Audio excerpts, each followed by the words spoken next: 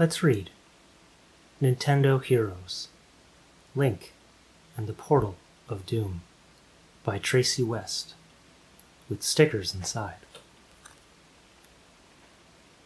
Can Link seal the portal? Link and his fairy guide, Navi, are journeying through Hyrule when they learn that an interdimensional portal has been opened and is sucking in anything and everything that gets near it. Link and Navi discover a riddle that tells of 5 magical items that will close the dangerous portal. Even though Link has Princess Zelda's help, this quest won't be easy. Link and Navi will have to journey to Kakariko Village, the Lost Woods, Goron City, Dodongo's Cavern, and Zora's Domain. Will Link be able to save Hyrule, or will he and Navi get sucked into the portal, like everything else?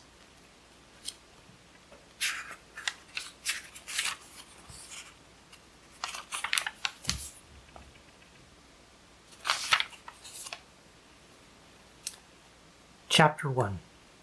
Cuckoo Trouble. Help! Help!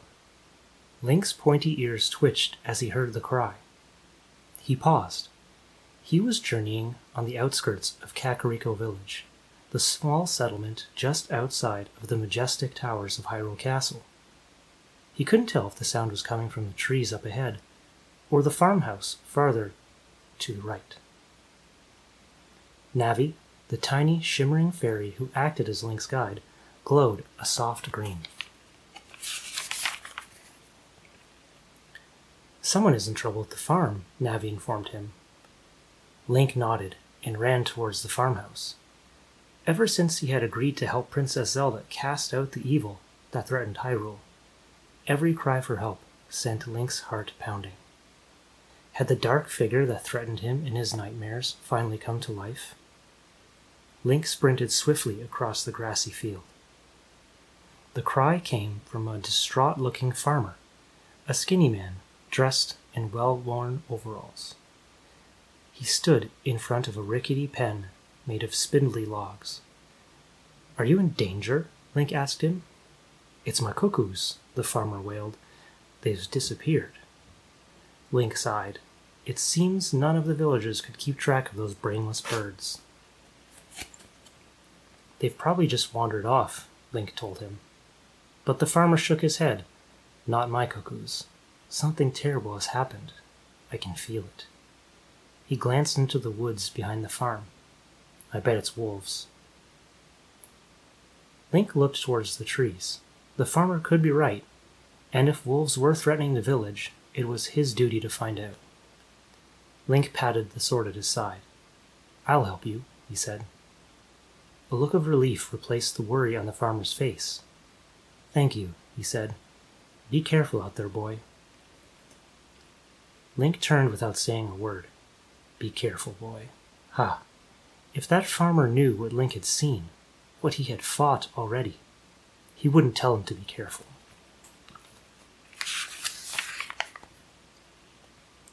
Link could handle anything that crossed his path. Navi fluttered ahead as Link silently entered the woods surrounding Kakariko Village. Even though he was just looking for some confused cuckoos, it paid to be cautious. You never knew what was hiding in the woods these days. Cluck, cluck, cluck. Something whizzed past Link's cheek. He jumped, startled. A mass of white feathers zoomed through the trees. A cuckoo? It couldn't be. Cuckoos could barely get off the ground, much less fly at lightning speed. But that was what it looked like. Link charged after it. Running as fast as he could, Link almost caught up to the bird. It was a cuckoo, all right, but it wasn't flying. It was as though some unseen force was pulling it through the air. As Link ran, the trees thinned out a bit, and a stone wall came into sight. Link cringed. The cuckoo was sure to smash into it. Instead, the wall sucked the bird right inside it. Surprised, Link slowed his pace. The cuckoo had vanished into a swirling vortex of dark wind. "Link, be careful," Navi warned in his ear. But the warning came too late. Link felt a magnetic pull grip his body. He was being sucked into the vortex.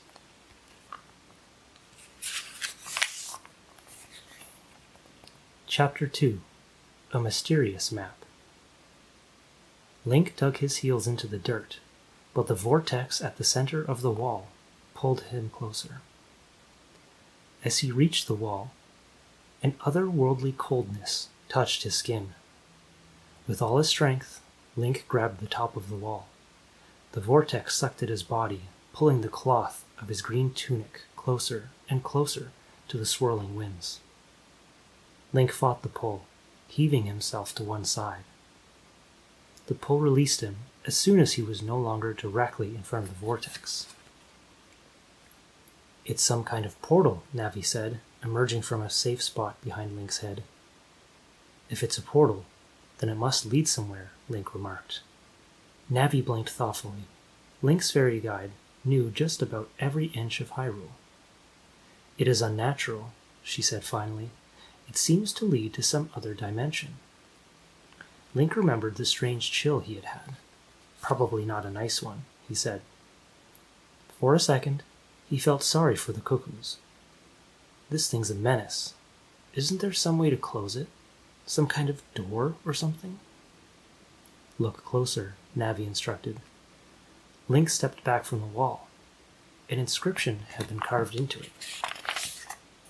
Underneath where Link's hands had just rested. Below the words was what looked like a map of Hyrule. "It's ancient Hylian," Link said. "I can't read it." He frowned. Maybe the map would be more useful.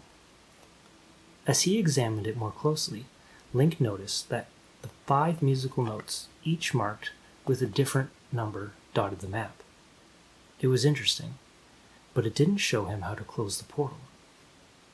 Hoot, hoot. The sound jolted Link from his thoughts. He looked up to see a large brown owl perched on a tree branch overhanging the wall. Link smiled. "Gabora Gabora," he said.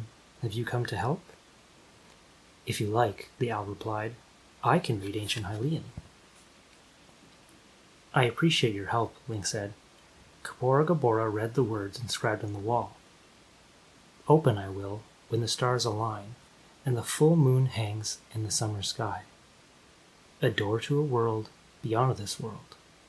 A world of danger, terror, strife. Close I will, when the song is played. Close till the stars align once more." Link frowned. Navi was right.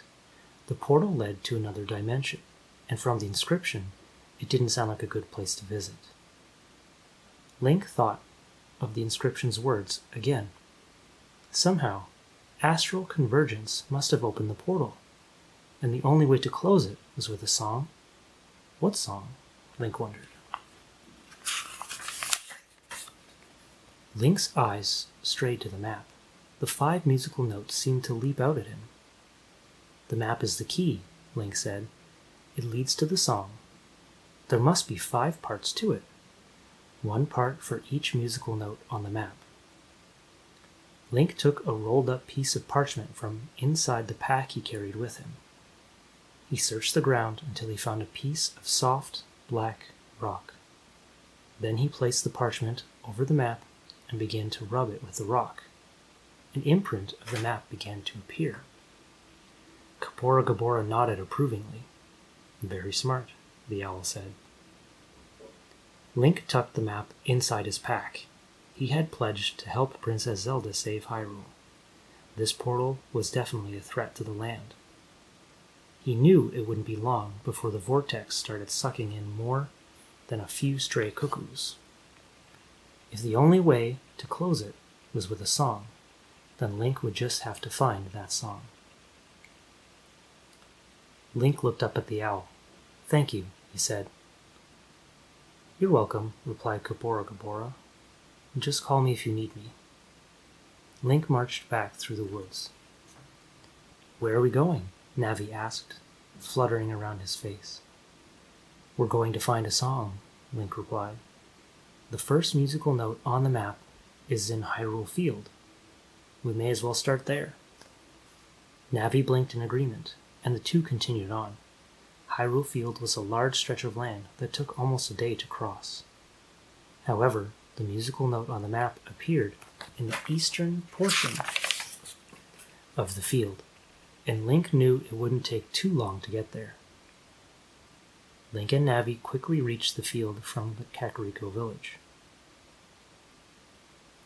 While they walked through the field, the orange sun began sinking into the horizon. Navi's wings began to beat quickly against Link's cheek. "It'll be dark soon," she said nervously. "We must be careful." "Rats," Link muttered. He should have known better. Hyrule Field was a safe place during the day, but dangerous creatures came out in the dark of night. Link had lost track of time while trying to figure out how to close the portal, but it was too late to turn back now. The darkness seemed to be falling more quickly now, as though someone were speeding up time. "We just need to get on the path," Link said. "We'll be—" Something grabbed Link's ankle, and he fell flat on his back. A skeleton hand had burst from the dirt, and now it gripped him with an unnatural force. "A stall child," Link cried.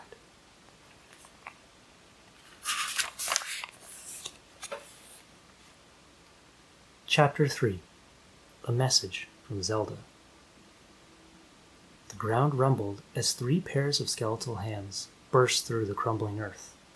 Link kicked violently, freeing his ankle from the monster's grasp. He jumped to his feet and drew his Deku sword and his Deku shield.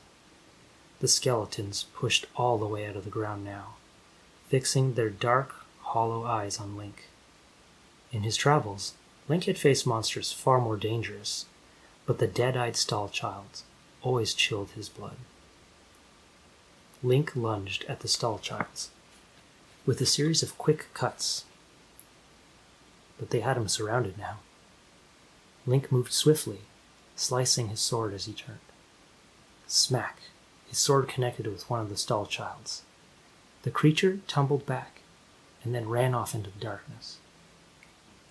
"They look awful, but they're not as brave as you'd think," Link reminded himself. He turned to face the other 2 monsters. Slash! Another stall child reached out and clawed Link with a bony hand, slicing his green tunic and scratching his arm. Angry, Link struck back. The stall child crumbled at his feet. Without stopping, Link swung his sword around, striking the last stall child in the ribcage. The blow sent the creature flying backwards. Link nodded, satisfied. But without warning, the stall child at his feet gripped both of his ankles. Link struck with another blow from his sword, and the stall child let go. But the momentum sent Link falling backwards.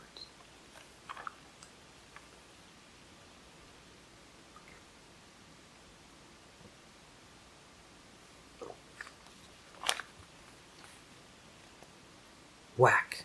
Link's head smacked against a rock, sticking out of the dirt. His breath left him in a harsh gasp, and then everything went dark. Link felt his body swirling, whirling, as though he were trapped in the vortex again. Dark clouds surrounded him, and his body felt cold. And then, suddenly, the darkness parted, and Link saw the face of Princess Zelda in front of him. There was concern in her large blue eyes. "Wake up, Link," she said. "Help is just beyond the oak trees. Wake up. Wake up, Link. Wake up." Link opened his eyes and groaned. He sat up, rubbing the bump on the back of his head. Navi anxiously fluttered around his face. "Are you all right?" she asked. "I think so," Link replied. He still felt groggy. Then, suddenly, the memory of his recent battle came to him. "The stall childs," he cried. He tried to jump up, but he was unsteady on his feet. "You took care of them, Link," Navi said, "but I'm worried. I think you need help." Help is just beyond the oak trees. Had he really seen Princess Zelda? Or was it some kind of dream? He scanned the trees at the edge of the field. Just off the path, 2 large oak trees formed an archway with their branches. Link walked towards them.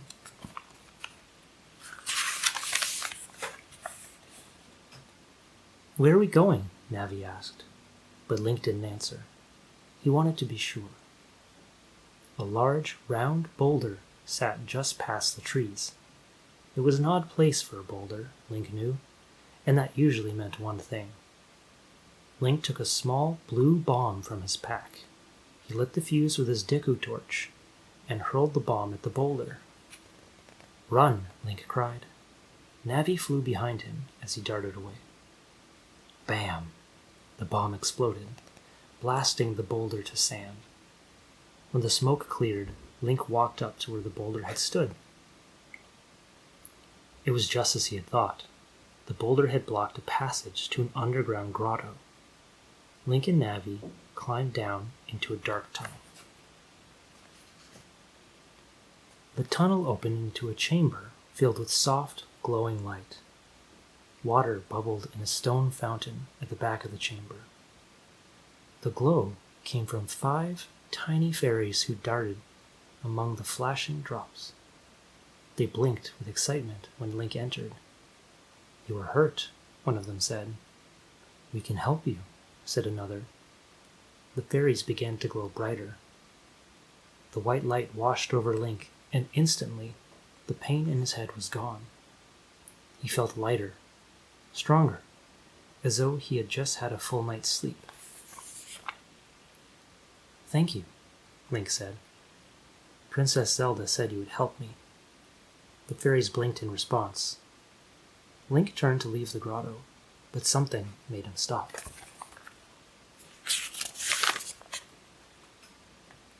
The fairies sang a simple tune, just 5 notes, but they kept repeating them. Excited, Link took out his map. The musical note on the Hyrule field was just about where the grotto was located. Could this be the first part of the song?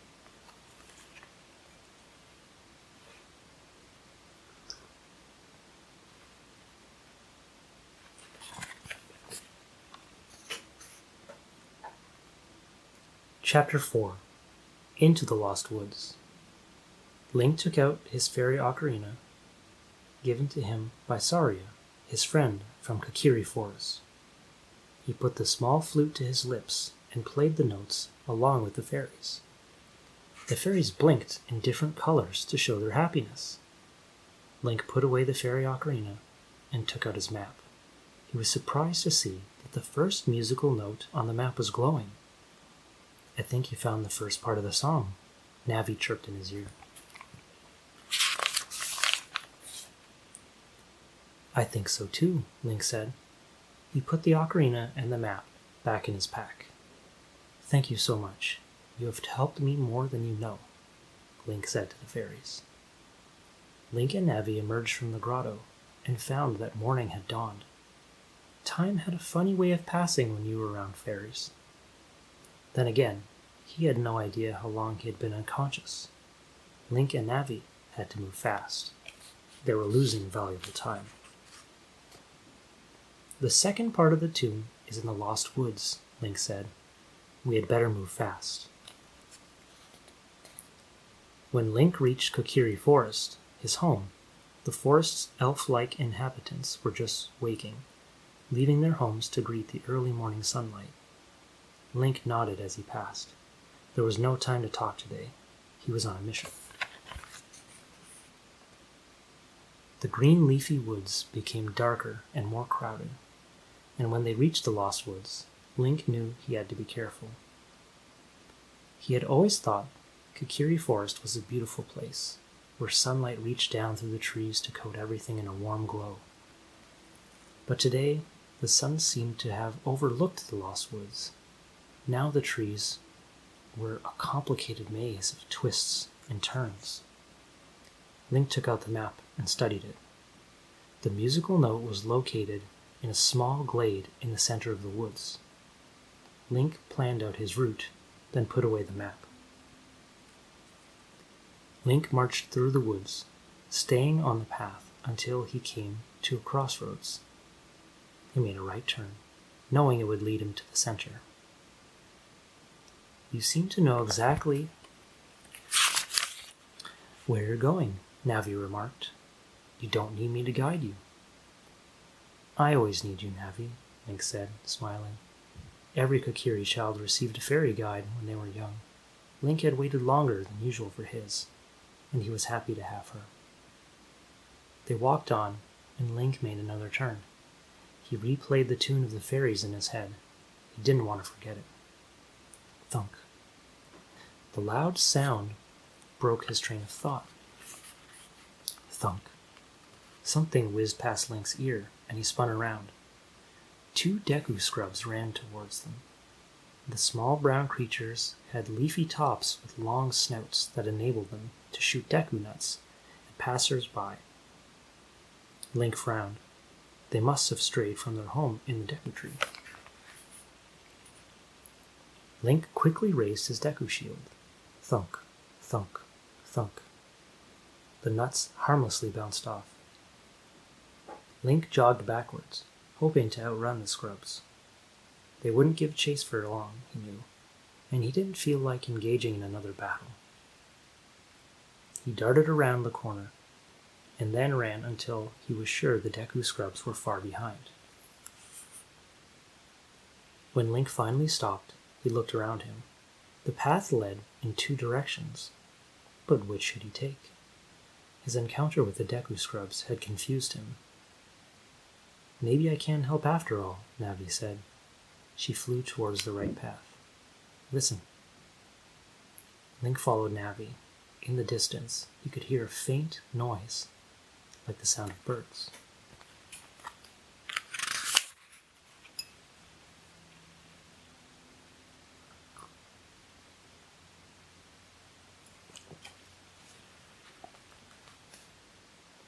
Link jogged towards the sound. It had to be the second part of the song. He turned a corner, and the sound grew louder. "Link, look out." Link stopped just as a Skulltula dropped in front of his face. The creature looked like a giant spider with an image of a skull on its back. Its 6 red eyes glowed menacingly, and a foul-smelling liquid dripped from its sharp fangs. Link quickly ducked. It was no use attacking a Skulltula head-on. Its armored body was nearly impossible to pierce. Link somersaulted, landing on his feet just behind the Skulltula. He knew its soft underbelly was the only place it was vulnerable. Link quickly speared the creature. Now the Skulltula hung limply on its thread. "Nasty business," Link said, shaking his head and remembering the bird's song. "Thanks for the warning, Navi." Navi blinked. "I think the birds are this way, Link." Link followed Navi, and the growing sound of the birds led them to a tree in the middle of a small glade. 5 birds sat on a branch, happily chirping the same 5 notes over and over again. Link checked the map. Sure enough, the second musical note began to glow. Link took out his ocarina and joined in. The birds flapped their wings, pleased with the accompaniment. Suddenly, the birds took flight. They flew in a circle around Link's head. Then they flew out of the glade, as if beckoning Link to follow.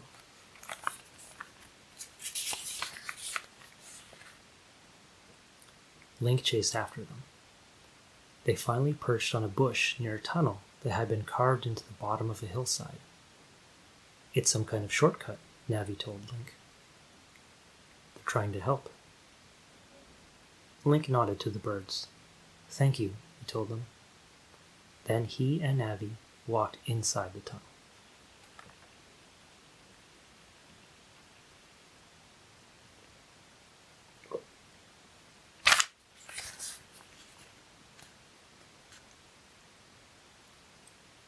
Chapter 5. The Road to Death Mountain. Link lit a Deku stick to light their way as they traveled through the tunnel. To his relief, the dark passageway held no nasty surprises. When they finally emerged, Link found himself standing in front of the marketplace. "That's strange," Link remarked. Goron City, the next spot on the map, sits high atop Death Mountain. Why did the birds lead us here? "Maybe there is something here you will need," Navi suggested.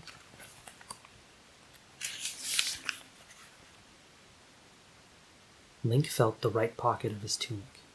It held about 100 rupees, all earned from helping others along in his past journeys.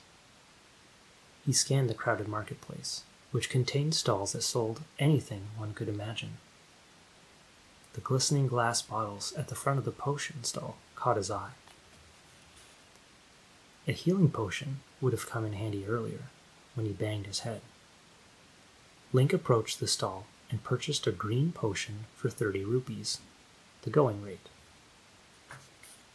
He tucked it into his pack.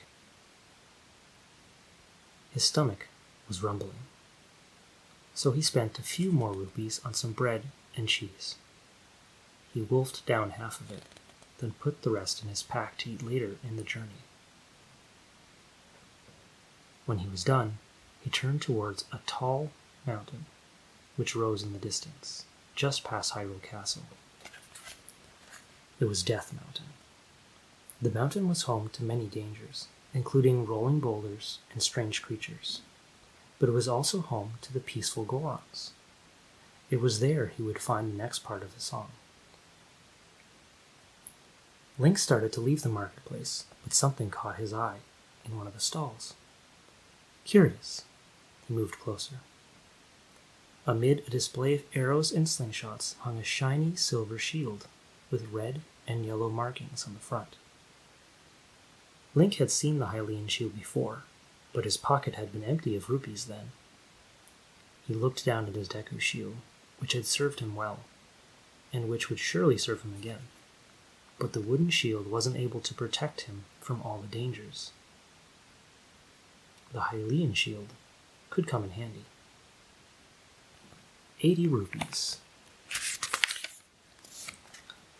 The stallkeeper, a tall, muscular man with a long, black mustache, barked the price at Link's face. Link looked at the coins in his hands. He had 70 rupees left. 60, Link offered. "No good," said the stallkeeper. 75. Link hesitated for a moment. Did he really want to spend all his rupees? But the shield was practically mesmerizing him. 70, Link said firmly. The man nodded. "The shield is yours. It's a fine piece, forged from the fires of Hyrule's finest blacksmith." The stallkeeper took the shield down from the wall and handed it to Link, who accepted it breathlessly. The shield felt hefty in his hand, and holding it made him feel like a real warrior. Link looked at Navi. "I think I'm ready for Death Mountain now." It took nearly all afternoon for Link and Navi to walk to the foot of Death Mountain. As Link climbed the steep slope leading up to Goron City, he kept an eye out for hidden dangers. By the time he had reached the entrance to the great cave that led to the city, the sun was setting once again. Link stepped into the cave and let his eyes adjust to the darkness. Bomb flowers grew along the cave walls, and a torch hung next to the opening. Link used a Deku stick to light the torch. Then he took out the map. "The spot on the map is not far from here," Link said. "This should be easy."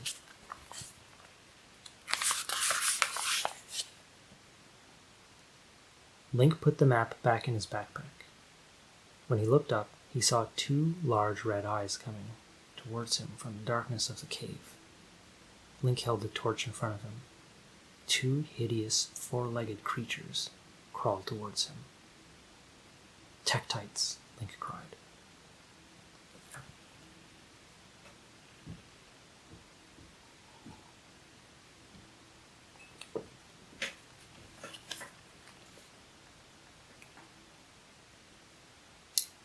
Chapter 6 Goron's Rock.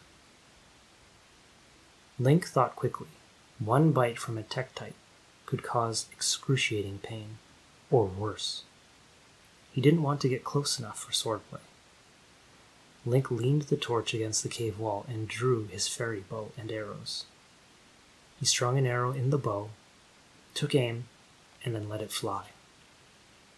Zing! The arrow hit its mark. The creature squealed and skittered away. Angered, the other Tektites charged towards Link. Keeping a steady hand,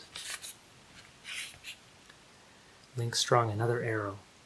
The Tektite came closer, closer. Zing! The arrow hit its mark again, and the Tektite crumpled to the floor of the cave. Link picked up the torch, cautiously stepped over the fallen creature, and then ran ahead into the cave.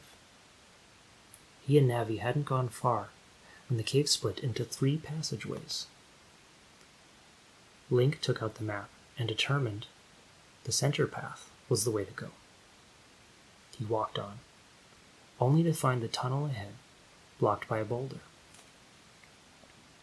Rats, Link muttered. He looked at his map again. He clearly needed to continue on this path, but he had used his last bomb in Hyrule Field.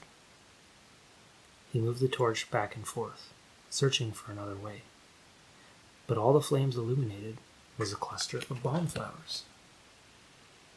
Of course, Link said. Normally, bomb flowers are too heavy for anyone but Gorons to pluck. Luckily, the leader of the Gorons had given Link a special bracelet that would give him all the strength he needed. Link bent down and plucked one of the heavy blooms. The boulder wasn't huge. 1 flower should do it. Link took several steps back. Get behind me, Navi, he said. He lifted his shield and then tossed the bomb at the boulder. Bam! The boulder exploded into pieces. When the dust cleared, Link lowered his shield. Glowing torches lit the pathway ahead. Link stepped through the hole and headed down the path. Soon, the unmistakable sound of music reached his ears.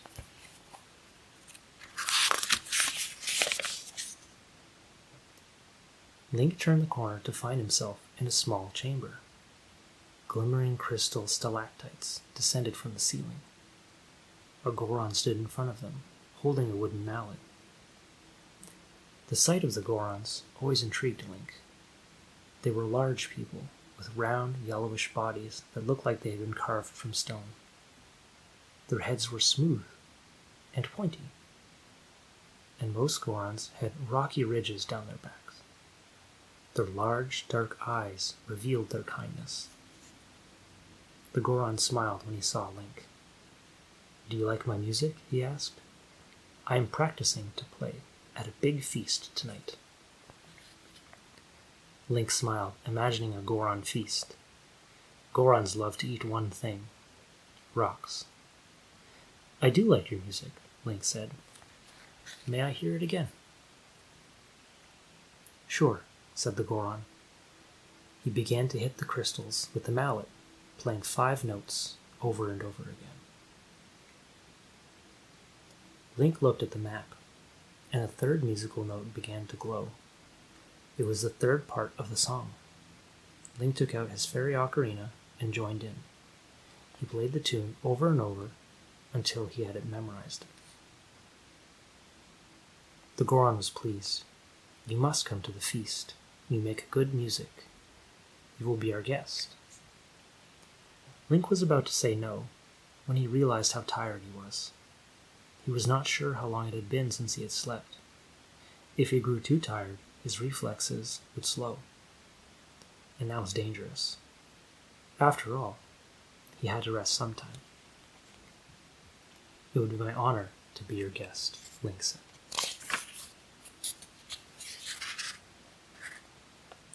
Link spent the night listening to Goron music and enjoying their hospitality. Afterward, he fell into a deep sleep and arose hours later, thanking the Gorons. Link and Navi left the cave and stepped back out onto Death Mountain.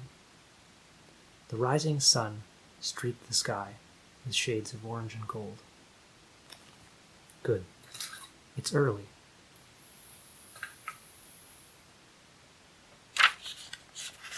Link said.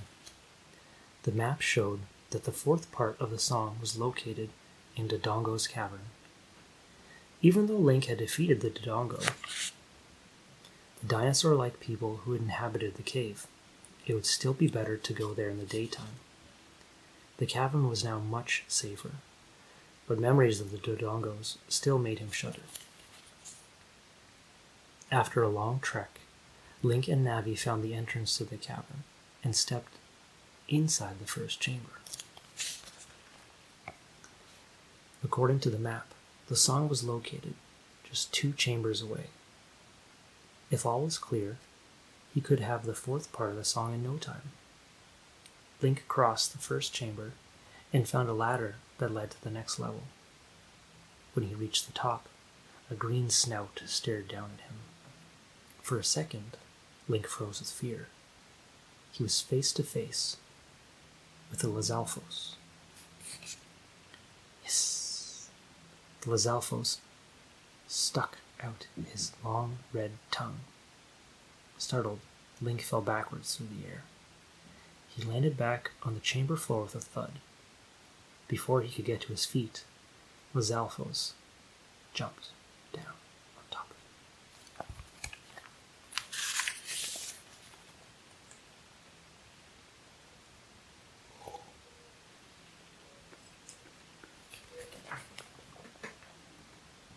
Chapter 7.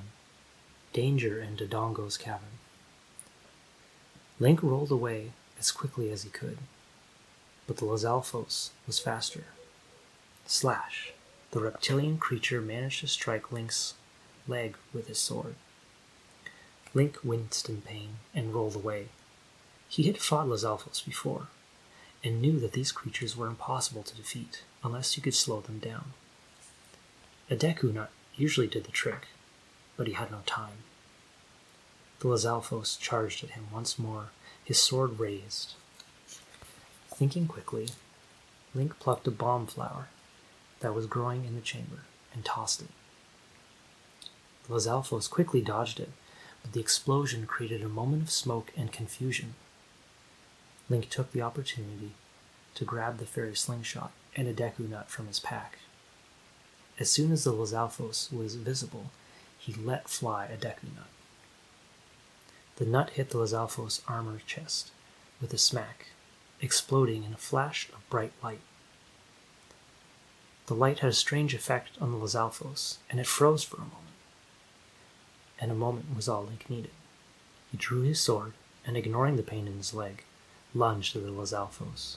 He struck before the Lizalfos could attack again. Panting and in pain, Link climbed up the ladder again. Once he got to the top, he stopped, exhausted.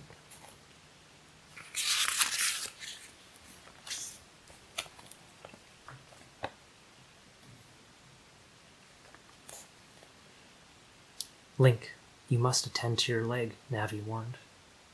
Link nodded, grateful he had bought the potion at the marketplace. He'd have to thank those birds in the Lost Woods. Link took the bottle of green liquid from his pack. He uncorked the bottle and raised it to his lips. Whack! Something flew past Link's face, knocking the bottle out of his hands. Link watched helplessly as the bottle fell to the stone floor and the green liquid spilled out. He looked around. What had just happened? Then he noticed 2 Kisi hovering on the chamber ceiling, flapping their bat-like wings. Link grabbed another Deku Nut and loaded the slingshot. Navi took cover behind Link. Ping! He had hit one of the Kisi, knocking it to the floor. As Link reached for another Deku Nut, the other Kisi flew in angry circles around the room. The creature flew right into a torch, which set its body alight with a red glow. It had transformed into a fire Kisi. Link reached for the Hylian shield, but found he no longer carried it. I must have lost it when I fell down the ladder, Link realized. He grabbed his Deku shield, but he knew the wood wouldn't do much good against the Kisei's fire attack. Whoosh! Flames erupted from the Kisei, scorching the Deku shield. The heat burned Link's face, making him suddenly dizzy.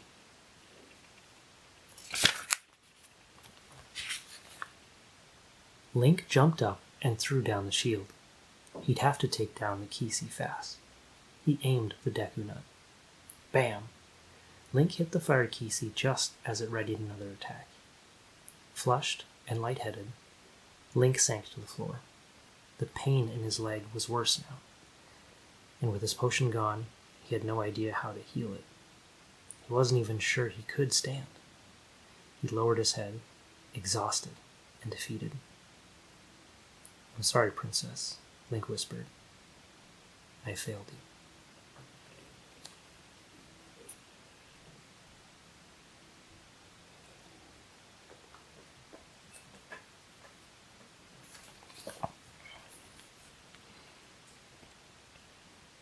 Chapter 8. A Tie to the Princess. In Hyrule Castle, Zelda walked through the lush gardens.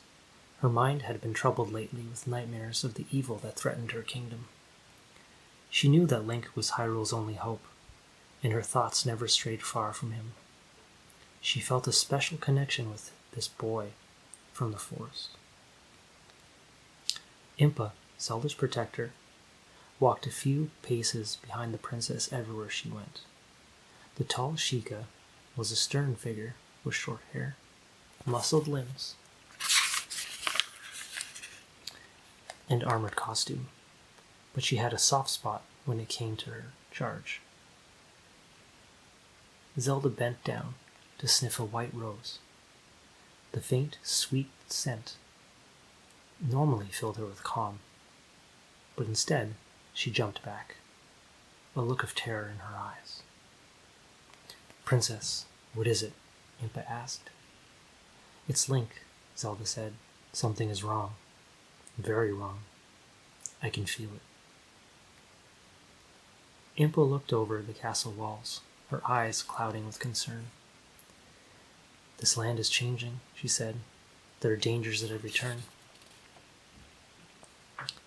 Zelda closed her eyes and tried to concentrate on Link. If she tried hard enough, she could sense him. Feel what he was feeling. Even see what he was seeing. Pain, darkness, hopelessness. Zelda gasped as the emotions flowed over her, but through it all, a small light shined. Perhaps things weren't so hopeless after all. Zelda began to sing her lullaby. Her sweet voice carried over the gardens. "Hear me, Link," Zelda pleaded silently. "Hear my song."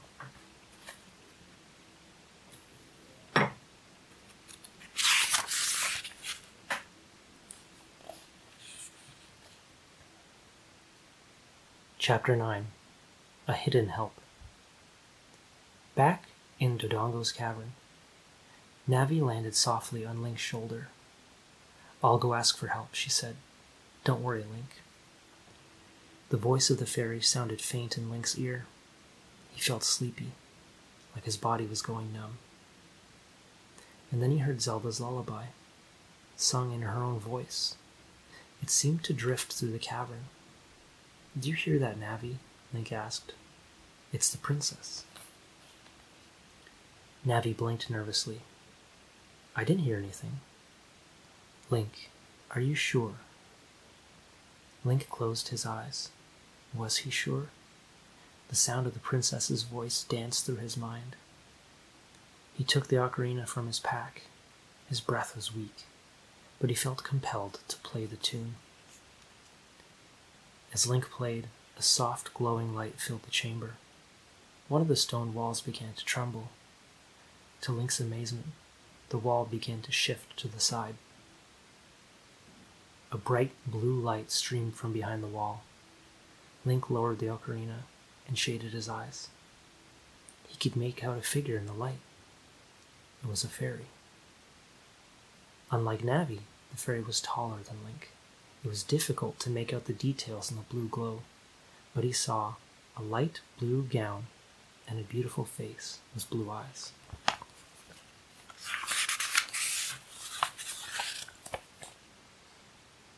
The fairy said nothing, but she didn't have to. Link felt the blue light washing over him. It was stronger than any fairy healing energy he had felt before. The pain in his leg and the throbbing in his head all washed away with the light. Link closed his eyes and drank in the healing. Soon, he heard the door sliding closed. He opened his eyes just in time to see his fairy disappear. "Thank you," he whispered.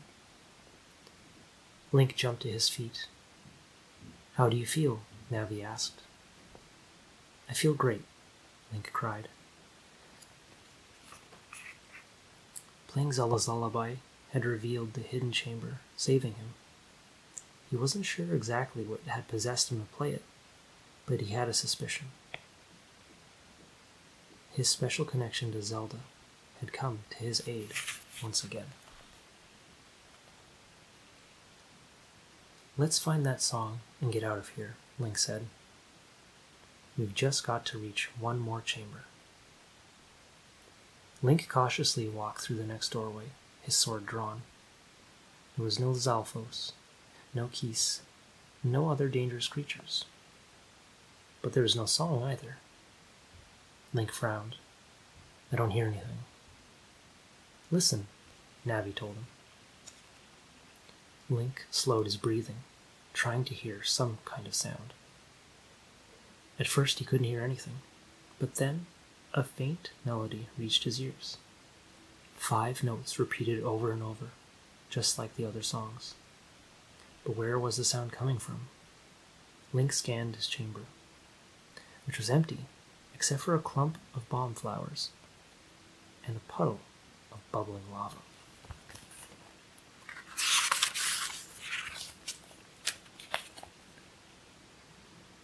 The lava. Link stepped closer. He could see that the bubbles in the pool popped up with precise timing. Each time a bubble burst, it released a plink sound in perfect pitch. Link took out the map and saw the 4th musical note glowing. "This is it," Link told Navi. "It's the 4th part of the song." Link held the fairy ocarina to his lips once more and played the tune a few times. "Just one more to go," Navi remarked when he had finished. "One more," Link agreed as he looked at the map. "We need to go to Zora's River." Link and Navi headed out of the cavern the same way they had come in.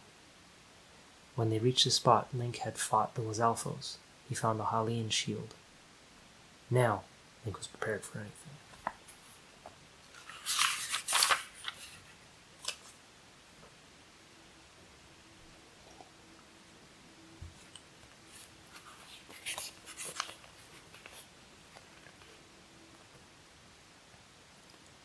Chapter 10. 5 Friendly Frogs. The sun shone brightly over Hyrule as Link walked along the banks of Zora's River, with Navi flying by his side. The map showed that the last part of the song could be found near the waterfall that led to Zora's domain. He had quite a way to go. The fairy healing had left him revitalized once again, and he had eaten some bread and cheese left over from the marketplace. With the Hylian shield once again slung over his back, he felt more confident about what lay ahead. The bubbling blue waters of Zora's River were a lot nicer than the dank caverns of Death Mountain. Link knelt down and drank deeply from the cool water. It tasted delicious. Link wiped his mouth with the sleeve of his tunic. The Zoras, a race of fish-like people, guarded the waters of Hyrule, keeping them clean and pure. Link was grateful that the evil threatening the land had not yet reached them. It was late afternoon by the time Link reached the waterfall that hid the home of the Zoras. Link sat on a rock and listened.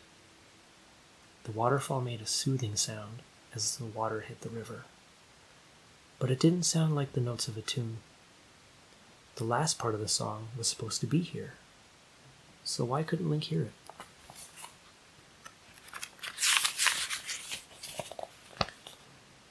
Ribbit, ribbit.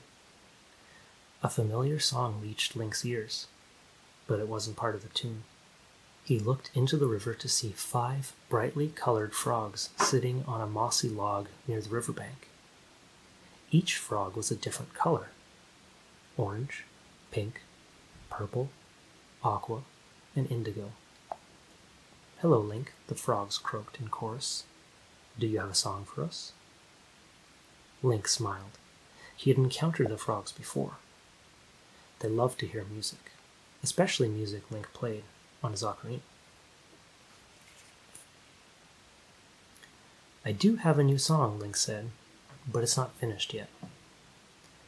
Link took out the fairy ocarina and played the 4 parts of the tune he had learned so far. The notes floated across the river, joining together to form an eerie yet beautiful tune. The frogs croaked happily when Link finished. "We have heard that song before," the frogs said, "but when you play it, it is most beautiful." "Thank you," Link replied, "but I don't know the ending yet." "We do," the frogs said. "You do?" Link asked. So the map was right after all. "Yes," the frogs answered. "Listen." Link listened to their song, and then repeated it on his ocarina. When he took out the map, he saw the last musical note glowing on the page. Navi happily flapped her wings. "Link, you've done it," she cried. "We can go close the portal now."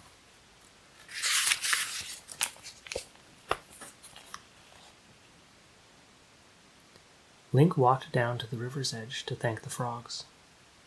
"You've helped me more than you will know," he told them. "You're welcome," the frogs croaked in reply. Link started to put the ocarina in his pack. Without warning, a round rock flew out of the river. It smacked into the ocarina, causing Link to lose his grip. He watched helplessly as the ocarina flew across the river and then sank into the water. Without the ocarina, Link would not be able to close the portal or play Zelda's lullaby when he was in trouble. He could not let it go. He swiftly stripped himself of his pack and weapons. Then he dove into the water. "Be careful, Link," Navi called after him. Link could see the little flute sinking into the deep water in front of him. He reached out to grab it, and a sticky purple tentacle wrapped around his arm and pulled him underwater.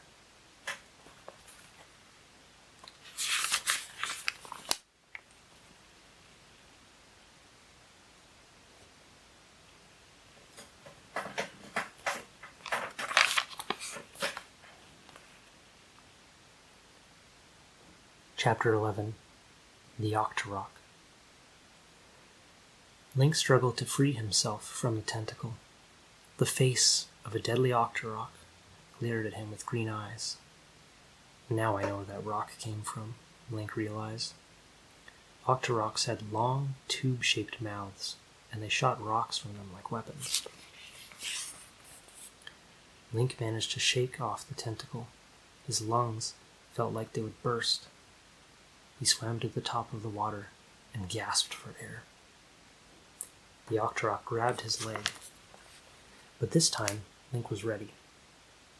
He reached for his sword. It wasn't there.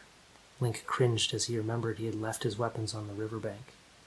The Octorok dragged him down into the water again. Link kicked violently, but the Octorok's grasp was tight.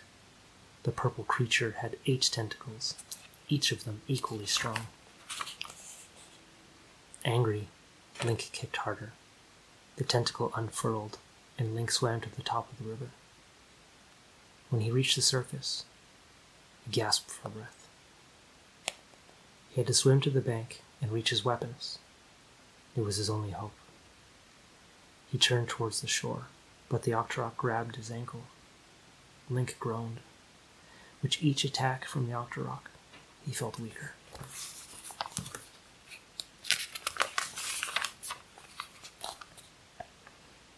Link, look up, Navi cried. As the Octorok pulled him under, Link looked up to see his sword dropping down from the sky. He reached and grabbed it just before he was pulled under. Finally, a fair fight, Link told himself. He attacked the Octorok with one quick motion. The tentacle released its grip, and the frightening Octorok swam away. Link swam to the surface again. Where had the sword come from? Navi was too small to carry it, and then he saw the brown bird circling overhead. "Hello, Link," said Kapora Gabora. "I thought you might need some help. Would you like a ride?" "1 minute," Link replied. "I need to get something." Link dove back under the water. The ocarina rested on a rock at the bottom of the river. He swam down and retrieved it, then swam back to the shore. The warm sun felt good on his wet body. He wrung out his tunic, and Kapora Gabora settled on a tree branch next to him. "Navi tells me you have found all the parts of the song," the owl said. Link nodded. "I can close the portal now." "There is no time to waste," said Kapora Gabora. "The portal is growing stronger." Link put his pack and his weapons back on. "How about that ride, then?" he asked. "Certainly," the owl said. "Just grab onto my talons." Navi hopped on Link's shoulders as Link grabbed the owl's strong talons. Link nodded goodbye to the frogs as Kapora Gabora flew away. "Ribbit, ribbit," they croaked together. The owl flew swiftly over Hyrule, and the warm breeze quickly dried out Link's wet hair and tunic. When the owl landed in the center of Kakariko village, Link saw that the villagers were fleeing their homes. "Leave this place," an old man said to him. "There is an evil in the woods," said a young girl. So the owl was right. The vortex was growing stronger. "Be careful, Link," Navi said. "You almost got sucked in last time." "That's because I approached the portal head-on," Link reminded her. "If we approach from the side, we should be fine." The villagers watched, amazed, as Link bravely headed into the woods. Soon he felt the portal's pull. The sound of rushing winds of the vortex blanketed the forest. Link stepped closer, cautiously and slowly. Navi flew just behind his head. Kapora Gabora flew over them, going from branch to branch. When the stone wall came into view, Link made sure to stay out of the portal's direct pull. When he was a few feet away, he took out the ocarina. "Time to close the door," he said, as he began playing the notes he had learned on his journey. As the first note sounded, the pull from the vortex grew suddenly stronger. The unexpected surge in power caught Link off guard. He felt the pull lift him off his feet. "Link," Navi cried.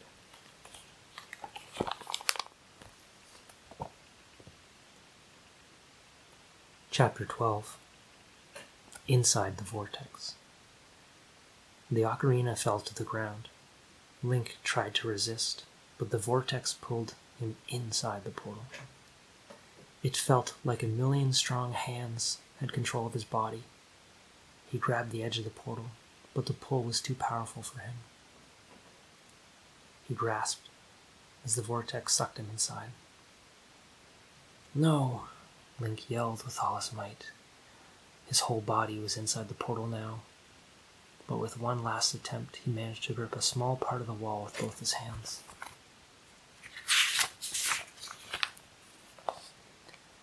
The swirling winds of the vortex rolled around his body. Inside the wind, he could hear cries of fear and despair. The unearthly cold began to creep over his body, freezing his feet, then his legs. Link had to hold on. He could not give up. Princess Zelda was counting on him. He had to return to Hyrule. "I will not fail you, Princess," Link swore silently as the cold crept closer to his face and hands. Once the evil chill reached his fingers, he knew he would not be able to hang on any longer. "Link, hang on." A strong, familiar voice echoed in his head. Suddenly, a strong hand gripped him. The hands heaved mightily, jerking the first half of Link's body out of the vortex. He took mighty gulps of the clean, warm air. Impa, Zelda's guard, now gripped both of Link's hands. Zelda nodded at Link as Impa gave another mighty pull. Link flew out of the portal, knocking Impa to the ground. It was then that Link noticed the strong rope tied around Impa's waist. "Link, the ocarina," Zelda called. As the warmth returned to Link's body, his mind felt clearer. He spotted the ocarina within reach on the ground.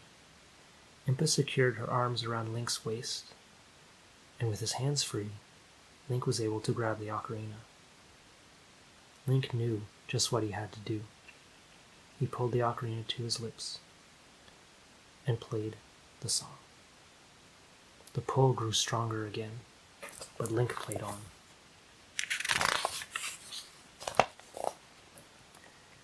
Then, something different happened. The more Link played, the weaker the pull of the vortex became. The sound of the roaring winds became fainter and fainter. With the last 5 notes, the swirling winds stopped. The hole in the wall closed, and the eerie quiet descended over the woods. Exhausted, Link put down the ocarina. He rose to his feet. "Thank you, Impa," he said. "But how did you—" Princess Zelda smiled at Link. "You're too important to Hyrule, Link," she said. "We couldn't lose you to another dimension." "Thank you," Link said, looking down at his boots. He always felt slightly odd in the presence of the princess. Navi flew down and fluttered near his face as Kapora Gabora perched on a tree branch next to Link. Impa untied the rope from around her waist. The other end was tied around a thick tree. "I owe thanks to all of you," Link said. "If you hadn't helped—" Link shuddered. He'd probably be at the bottom of Zora's River, or trapped inside a mysterious dimension behind the portal. "Your mission is our mission, Link," Impa said gravely. "We are sworn to protect Hyrule." Link looked around the woods. Through the top of the trees, he could see the sun shining in the bright blue sky. A stray cuckoo walked past them, clucking and bobbing its head. Link smiled. Hyrule was his home. It was a good home. A place worth saving.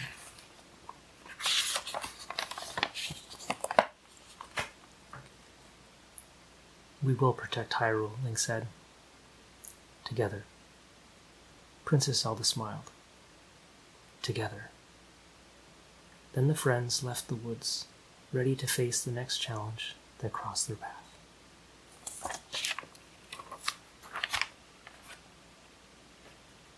The end.